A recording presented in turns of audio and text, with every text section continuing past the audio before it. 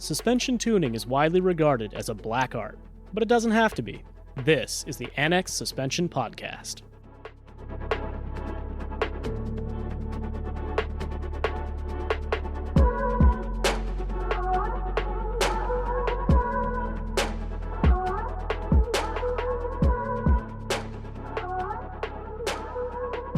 Hi, my name is Ezekiel from Annex Suspension Group.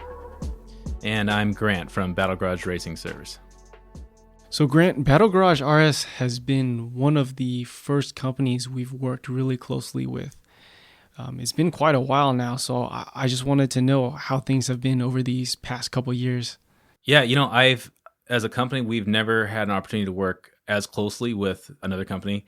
We have a lot of partners like, Martelli's with the headers, actually now Techno Toy Tuning as well.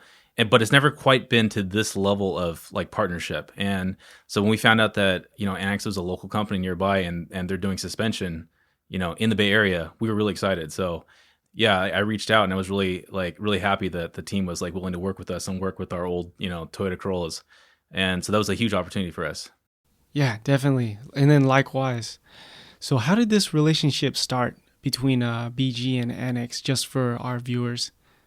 Yeah, I mean, I heard this company was starting up, and we reached out, and I could tell that they were, just starting, but they're in the Bay Area. So yeah, I reached out and told them about the cars that we work on and provide parts for, and told us how we have some suspension options for people, but we thought that maybe there could be more, and we thought there was a market that was developing for people that really wanted a sophisticated coilover system, and maybe not something that's like a rebrand or has like generic valving or something, for a wide variety of cars. So for those Corolla owners who are in the market for coilovers right now, what Annex products do you carry for the AE86 chassis? We have the Fast Road Pro. We've been selling that for about a year now, and the feedback's been fantastic. And actually, huge thanks to Eric Teddy and the rest of the guys at Progression D. After we got our first prototype set from Annex, we sent it out to Eric, and he did a review on it, which ended up on Jalopnik. And so that really kind of put your guys' product on the map. And then a lot of people were asking about it. And they'd also ask on Facebook groups, and Eric would tell his his honest opinion about how the car rode and drive afterwards. And he was just, really happy about it. Also, you did a video with Zygreen, and that was also really helpful to let people know that there's a suspension product out there that will allow people to enjoy their Corollas on a daily basis, still go to the canyon, still go to the track, and just not worry so much about, crashing over bumps and potholes, which, as you and I both know in the Bay Area is terrible, right? Yeah, some key words when I did that Zygreen video. I was really nervous because I knew that I enjoyed the product for our chassis, being a Corolla guy, but it's different for him coming from modern cars, European cars, like modern exotics. And for him to say yeah, the car definitely feels old. I don't know how to describe it, but the suspension doesn't. Definitely feels like modern suspension. It was like a sigh of relief, cool, Annex did his job. Yeah, it's also pretty entertaining because he looked pretty nervous because Zygreen is a fast and capable driver too, right? Yeah. No, it's been really surprising because, I've been tuning Corollas for about 10 years now. I don't get to play with my car quite as much these days because I'm pretty busy with the business, but I've tried a lot of different suspension setups, like all the ones that people would talk about on the forums, like TRDs, AGX, HTS. I did Illuminas, right? What else? Conies, Bilsteins. So I've felt all these different setups, and there's a couple that I liked, but for the most part, they just always kind of left me wanting.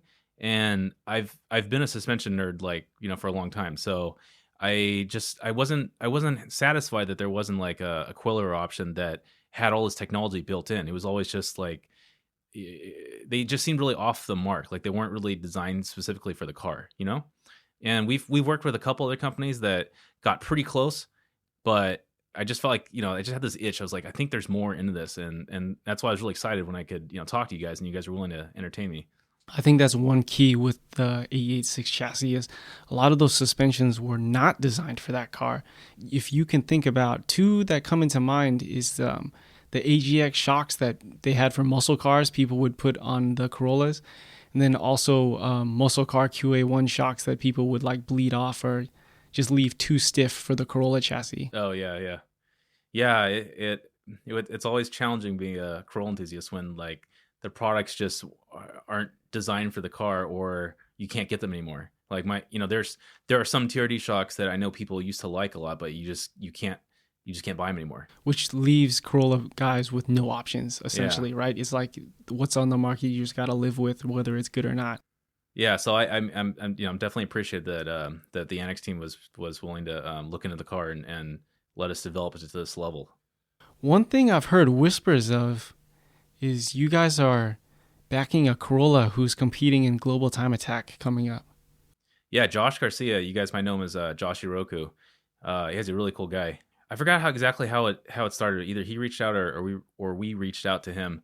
But yeah, we realized that we saw from previous posts that he competed in Global Time Attack, and then we started talking, and he sounds like he has a really well built car, very prepared very well, and is definitely a crowd favorite. I'm biased because I'm into Corollas, but just the amount that you see that car being covered right and on social media is really phenomenal.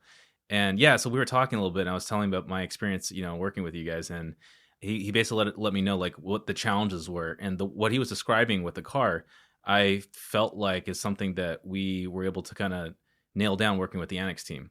So when we started talking, there wasn't necessarily a motorsports coilover, but we talked to the team, told them what we're looking for, and the Annex guys are developing some newer ways to do valving. And yeah, we decided we wanted to make this happen. So February 15th and 16th, Josh Garcia is going to be competing in Global Time Attack on some prototype Annex coilovers.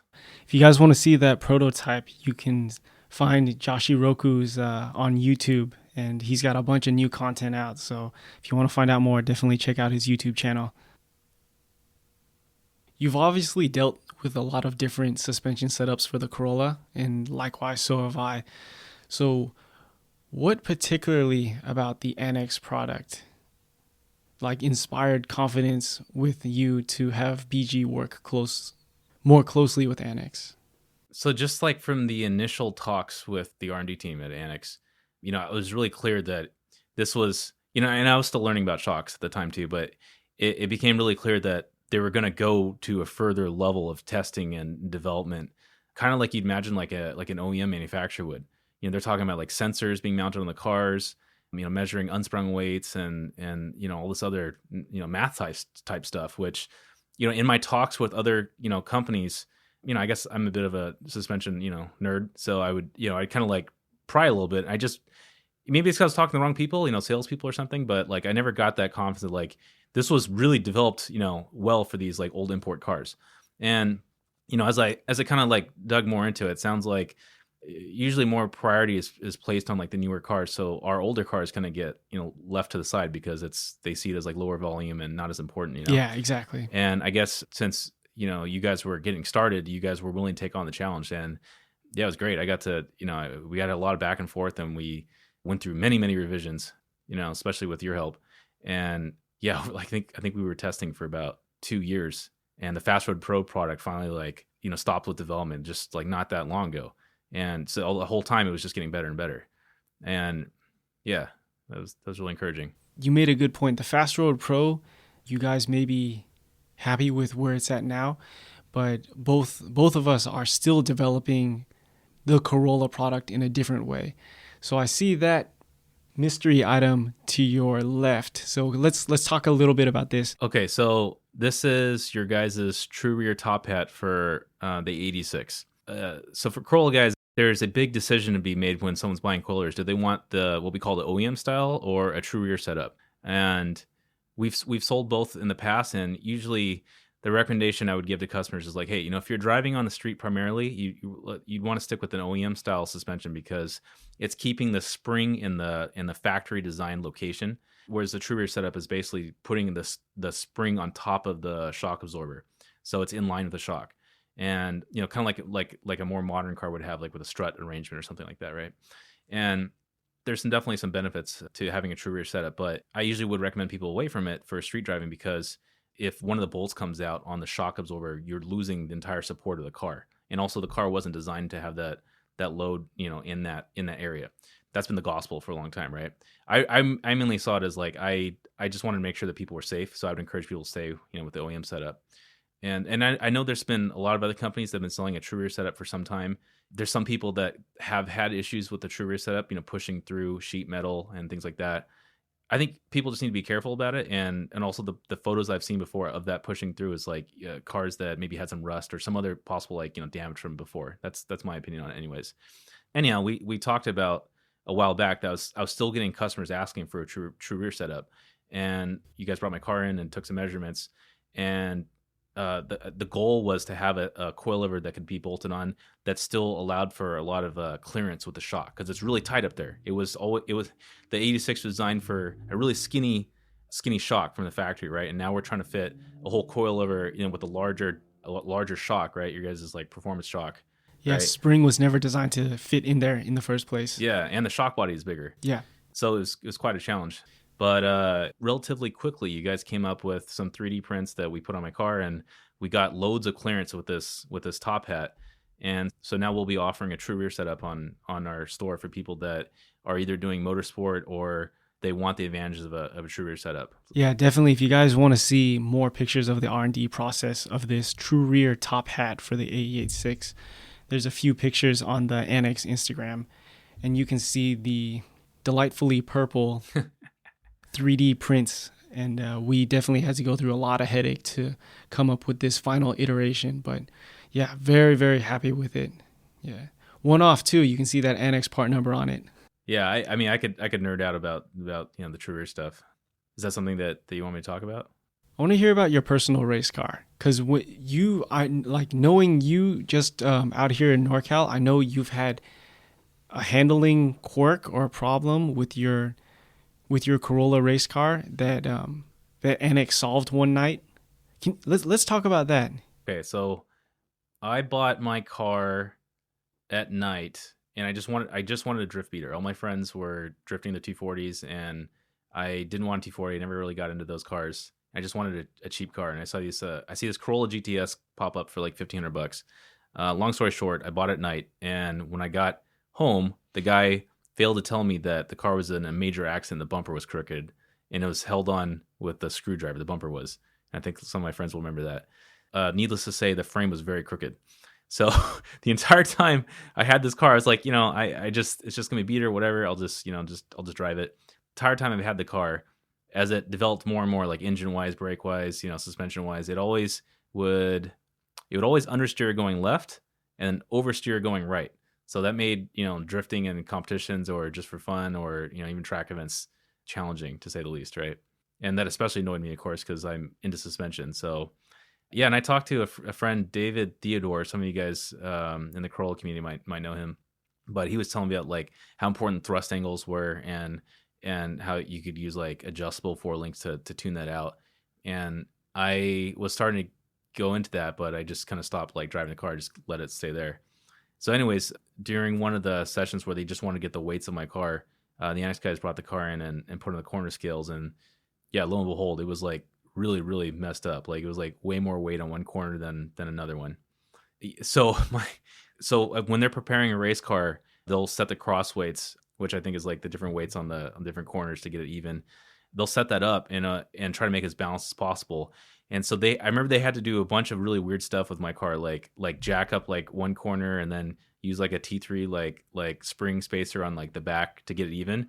But they got the numbers even. And so like I remember I went to the track day like not long after that, and I was like blown away because the car was like driving totally balanced, like it was insane. Like I had like perfectly neutral handling or just slight oversteer in like both directions, and like I was amazed. Like I couldn't believe corner weighting could be that important.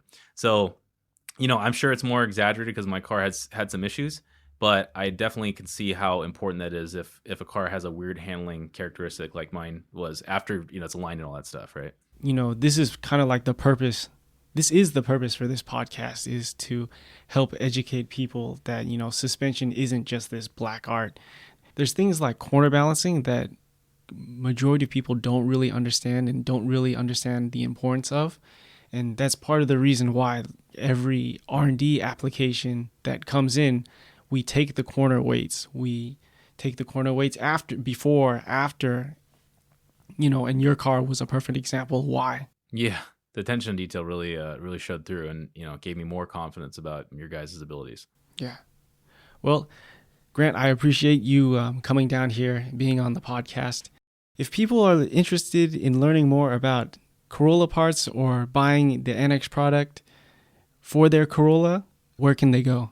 To Battle Garage RS, the website, of course. So it's shop.battlegarage-rs.com, or you can give us a call, and one of us would be really happy to take your question. Could you shout out some of your social media channels also for the listeners? Yeah, we have Battle Garage at Battle Garage RS, and then my personal one is BGRS_Grant. Well, thanks again for being on the podcast, Grant. We definitely look forward to continually working together. And if you guys want to see more of Grant, more Corolla content, let us know in the comments. And yeah, thank you guys for watching, and thank you again. Thank you, guys. Thank you, Ziegel.